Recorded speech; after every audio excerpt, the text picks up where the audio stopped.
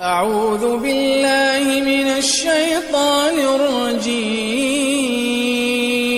بسم الله الرحمن الرحيم.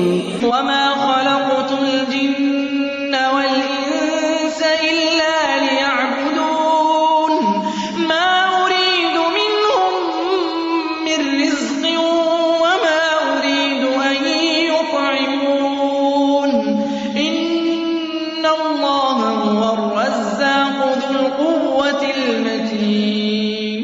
پیش خدمت ہے شرح کتاب التوحید لفضیلۃ الشیخ عبداللہ ناصر رحمانی حافظہ اللہ. إن الحمد لله نحمده ونستعينه ونستغفره ونعوذ بالله من شرور أنفسنا ومن سيئات أعمالنا من يهده الله فلا مضل له ومن يضلل فلا هادي له وأشهد أن لا إله إلا الله وحده لا شريك له وأشهد أن محمدا عبده ورسوله.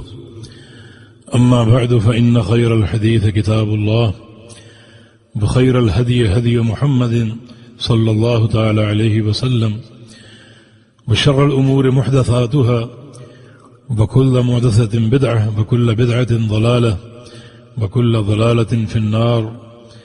من يطع الله ورسوله فقد رشد واهتدى ومن يعص الله ورسوله فقد ضل وغوى. اللهم صل على محمد وعلى آل محمد كما صليت على إبراهيم وعلى آل إبراهيم إنك حميد مجيد. اللهم بارك على محمد وعلى آل محمد كما باركت على إبراهيم وعلى آل إبراهيم إنك حميد مجيد. سبحانك لا علم لنا إلا ما علمتنا إنك أنت العليم الحكيم. رب اشرح لي صدري ويسر لي أمري واحلل عقدة من لساني يفقهوا قولي.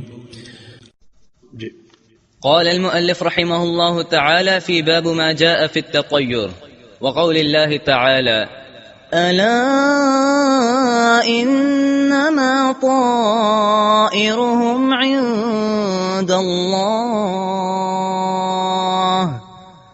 ألا إنما طائرهم عند الله ولكن أكثرهم لا يعلمون.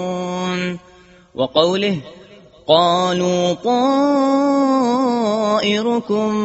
معكم. باب ما جاء في التطير. تطیر کے بارے میں شریعت نے کیا وارد کیا؟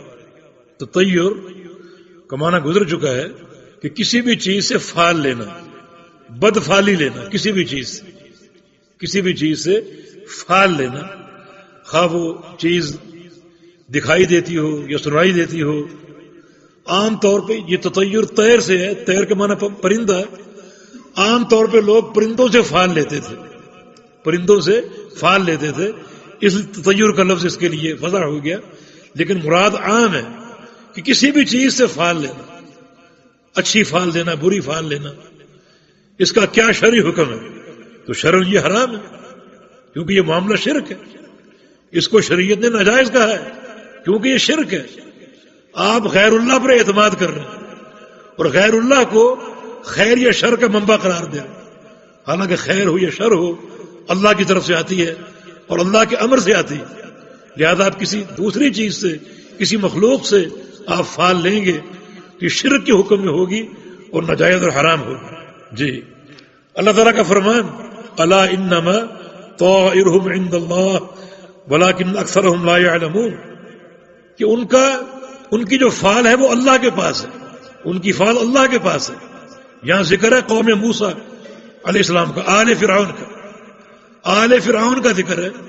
فرعون اور اس کی قوم کو اگر کوئی اچھائی پہنچتی تو خوش ہوتے اور کہتے کہ یہ ہماری جو ہے وہ یہ ہمارا استحقاق ہے، ہم اس کے حقدار ہیں، اس اچھائی کے ہم حقدار ہیں، خوش ہوتے اس کو. اگر کبھی برائی پہنچتی تو کہتے کہ یہ موسیٰ علیہ السلام کے نعوذ باللہ یہ موسیٰ علیہ السلام کا نحس ہے جو ہمیں لاحق ہو گیا. اچھائی پہنچتی تو خوش ہوتے، ہم اس کے اہل ہیں. برائی پہنچتی، نقصان پہنچتا تو کہتے ہیں کہ یہ موسیٰ علیہ السلام کی وجہ سے ان کا نحس جو ہم کو لاحق ہوا. اللہ پاک نے ان کا رد کیا، ان کو جواب دیا الا انما طائرهم عند اللہ، کہ ان کی فال اللہ کے پاس ہے. کوئی انسان باعث نحس نہیں ہو سکتا، باعث نحس نہیں ہو سکتا. کوئی جگہ، کوئی زمین باعث نحس نہیں ہو سکتی. سب اللہ کی مخلوق ہے، اور اللہ کی ہر مخلوق خیر و برکت کا باعث ہے. نحس تمہارے اعمال سے ہوتی ہے، تمہارے اعمال سے، تمہاری حرکات سے. فرمایا کہ ان کی جو فعل اللہ کے پاس ہے، ان کا یہ عقیدہ غلط ہے، اس کی تردید کی. ولکن اکثرهم لا يعلمون، مگر اکثر لوگ اس بات کو نہیں جانتے. دوسری آیت میں قالوا طائركم معكم، طائركم معكم، تمہاری فعل، تمہارا حصہ، تمہارا نصیب تمہارے ساتھ ہے. یعنی تمہیں جو پہنچے، خواہ وہ شر ہو یا وہ خیر ہو، وہ تمہارے ساتھ ہے. اس کا کیا معنی؟ بظاہر دونوں آیتوں میں ایک تناقض ہے.